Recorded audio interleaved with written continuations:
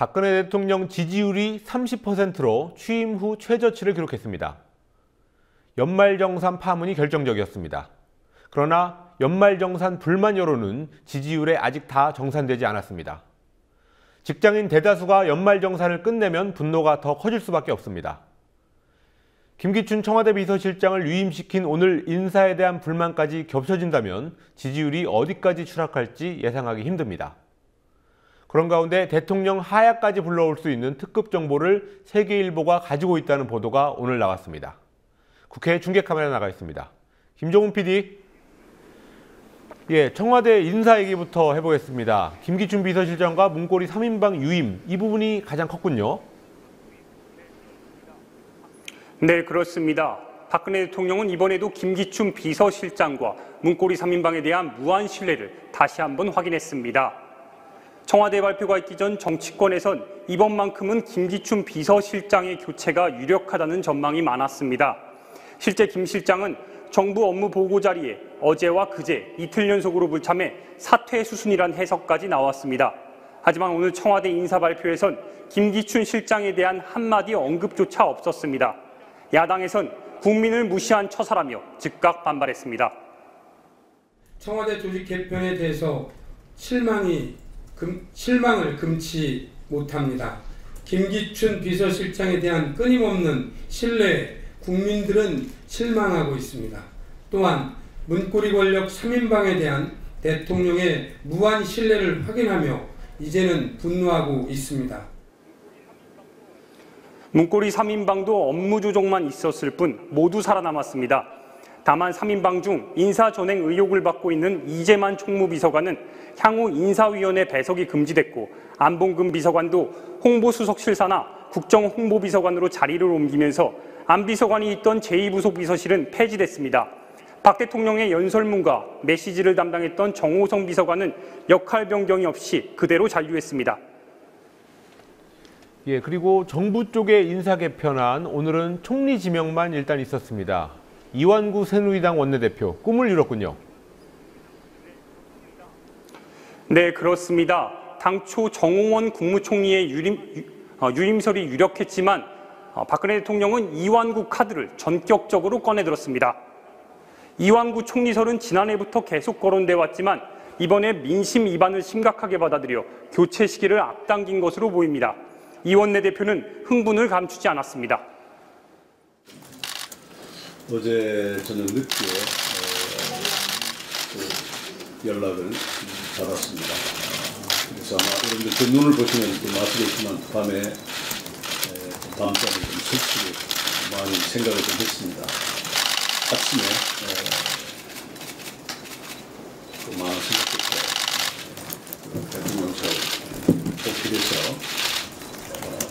국가 국민을 위해서 이 자리가 제 공직의 마지막 자리다라고 하는 그런 각오와 함께 수락을. 이 원내대표는 경제회복, 국민 야당과의 소통, 공직기강 확립이 목표라고 말했습니다.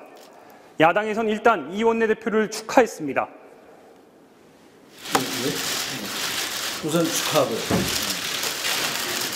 모처럼 정치인 출신 총리가 나오게 돼서 합격하면 신문에 합격하면 나오고 해서 난 아주 기쁘게 생각합니다. 많이 소통하세요. 특히 대통령과 소통하세요.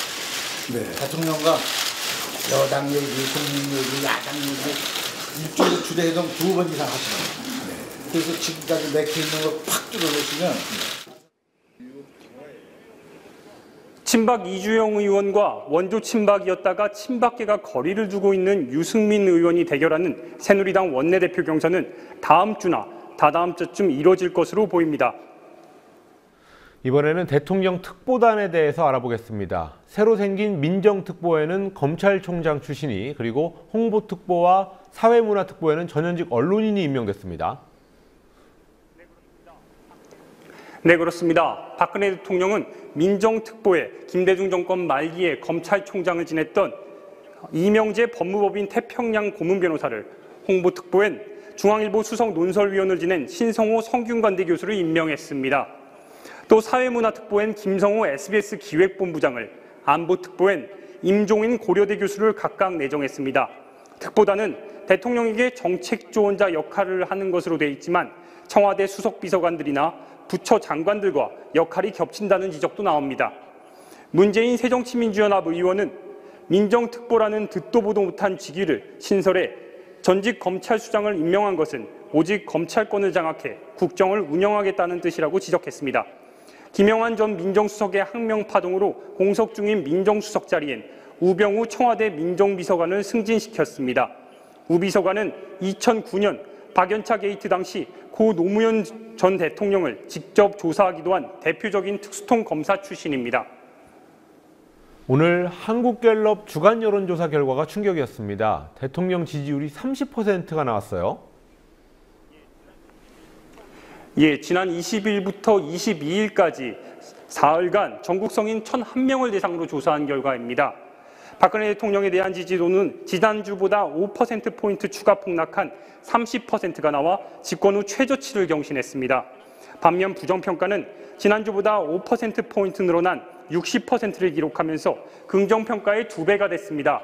연령별로 보면 지난주 처음으로 부정평가가 긍정평가를 앞질렀던 50대에서 격차가 더 벌어져 긍정 38%, 부정 52%가 나왔습니다. 지역별로는 지난주에 부정평가가 긍정평가를 앞질렀던 대구 경북 지역에서 지지층이 결집돼 이번 주에는 긍정 50%, 부정 40%로 긍정이 다시 많았습니다. 그러나 부산 경남에서 긍정 32%, 부정 59%를 기록하는 등 나머지 지역은 부정평가가 압도적이었습니다. 지지율 폭락의 결정적인 이유는 13월의 세금 폭탄 파문이었습니다. 갤럽은 직장인 비중이 상대적으로 큰 남성, 4050 세대 수도권과 부산, 울산, 경남 지역에서 변화폭이 컸다면서 그러나 현재 직장인 다수는 실제 연말정산을 하지 않은 상태라서 이번 여파는 1차 연말정산이 완료되는 2월에서 3월, 당정이 합의한 보완책에 따라 소급 적용되는 5월까지 이어질 가능성도 있어 보인다고 전망했습니다. 예, 그런 와중에 심상치 않은 소식이 하나 들려왔습니다. 정윤회 문건을 처음 보도했던 세계일보, 아직도 청와대에 관한 특급 정보가 많이 있다, 이런 기사가 났습니다. 네, 그렇습니다. 통일교 신도대책위원회가 이달 초 통일교 내부 관계자에게 뿌린 문서인데요. 이 문건의 내용을 한겨레 신문이 오늘 오후 보도했습니다. 신도대책위는 문건에서 세계일보가 아직도 공개하지 않은 7개에서 8개의 청와대 특급 정보가 공개된다면 대통령이 하야해야 하는 사태가 발생할 수도 있다는 것을 청와대는 잘 알고 있다고 말했습니다. 신도대책위는 또 2015년 신년도에 통일교 계열사가 한 곳이라도 특별 세무조사를 받게 된다면 보복성 조사라 하여 온 나라가 시끄럽고 청와대는 공경에 처할 것이라고 했습니다. 국세청이 최근 통일교 계열사인 청신 등에 대해 시작한 특별 세무조사를 신도대책위가 예상한 겁니다. 이 세무조사는 세계일보를 압박하기 위한 수단이라는 해석이 나오고 있는데요. 이 세무조사가 어디까지 가느냐에 따라 통일교와 세계일보의 대응이 달라질 것이란 전망이 나오고 있습니다. 예, 신도대책위라는 단체 모임이 한 말인데 실제로 세계일보가 뭘 가지고 있는지 궁금한데요. 네, 국민TV가 취재한 세계일보 관계자는 어떤 정보를 확실히 가지고 있다고 말했습니다. 세계일보는 현재 철저한 보안 관리 속에 이 정보에 관한 특별팀을 가동하고 있다고 말했습니다. 지금까지 국회에서 국민TV 뉴스 김종훈입니다. 네, 김종훈 PD 수고하셨습니다.